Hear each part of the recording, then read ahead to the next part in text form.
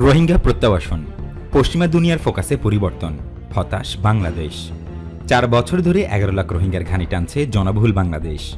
মানবিক কারণে বাস্তুচ্যুত ওই জনগোষ্ঠীকে আশ্রয় দিয়েছিল ঢাকা। বর্ডার খুলতে আন্তর্জাতিক সম্প্রদায়ের চাপও ছিল সরকারের ওপর। অবশ্য গত 4 বছর ধরে ঢাকার অবস্থানে সর্বতোভাবে সাপোর্ট ছিল গোটা দুনিয়ার। পূর্ব এবং পশ্চিম দুনিয়ার স্বাতন্ত্রতা, মত ও পথের ভিন্নতা থাকলেও রোহিঙ্গাদের মানবিক সহায়তা এবং তাদের রাখাইনে নিরাপদ প্রত্যাবাসন প্রশ্নে একাট্টা ছিল সবাই। ঢাকার গোলপোস্ট পরিবর্তন নিয়ে সমালোচনা থাকলেও প্রত্যাবাসন চেষ্টায় সবার সমর্থন পাচ্ছিল বাংলাদেশ।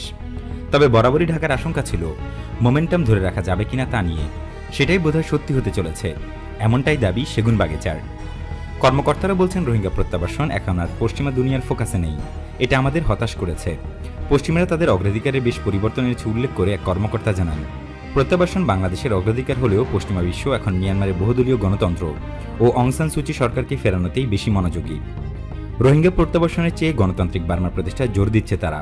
ওই মতপার্থক্যের প্রতি ইঙ্গিত করে পররাষ্ট্রমন্ত্রী ডক্টর এ কে আব্দুল মোমেন জানান, আমাদের অগ্রাধিকার রোহিঙ্গাদের ফেরত পাঠানো। ওই প্রচেষ্টা অব্যাহত থাকবে। কিন্তু আমাদের বন্ধু যারা মানবাধিকার নিয়ে বড় বড় কথা বলেন, তারা সব বাংলাদেশকে বাহবা দেন। তাদের দাবি তারা বাংলাদেশের পাশে আছেন। কার্যত তাদের ব্যবসা বাণিজ্য সবকিছু মিয়ানমারের সঙ্গে।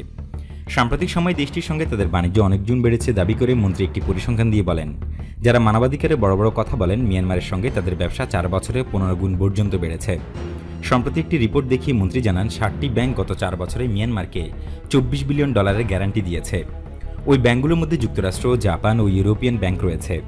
মন্ত্রী ক্ষোভ প্রকাশ করে বলেন, মুখে তারা বলে আমরা জেনারেলদের উপর নিষেধাজ্ঞা দিয়েছি, কিন্তু বাস্তবে তাদের ব্যবসা বাণিজ্য ঠিক আছে। মন্ত্রী জানান এটা দ্বিচারিতা। বাংলাদেশ রোহিঙ্গাদের টেকসই প্রত্যাবাসন চায় জানিয়ে পররাষ্ট্রমন্ত্রী জানান, ধনী দেশগুলোর উদ্দেশ্য প্রত্যাবাসন না, তাদের উদ্দেশ্য হচ্ছে মিয়ানমারের বহুদলীয় গণতন্ত্র ফেরানো, সূচির ফের ক্ষমতায় বসানো।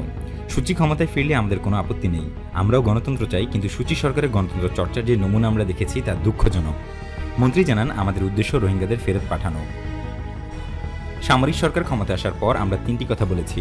প্রথমত, বাংলাদেশ সবসময় গণতন্ত্রে বিশ্বাস করে এবং আমরা আইনসম্মতভাবে ক্ষমতার পালাবদল চাই। দ্বিতীয়ত, আমরা বলেছি আমরা সহিংসতা দেখতে চাই না। 3 নম্বর, আমরা মিয়ানমারকে অনুরোধ করেছি তারা যেন তাদের অঙ্গীকার রক্ষা করে বাস্তুচ্যুতদের ফিরিয়ে নেয়। ফলে এখানে আমাদের অবস্থানে কোনো অস্পষ্টতা নেই।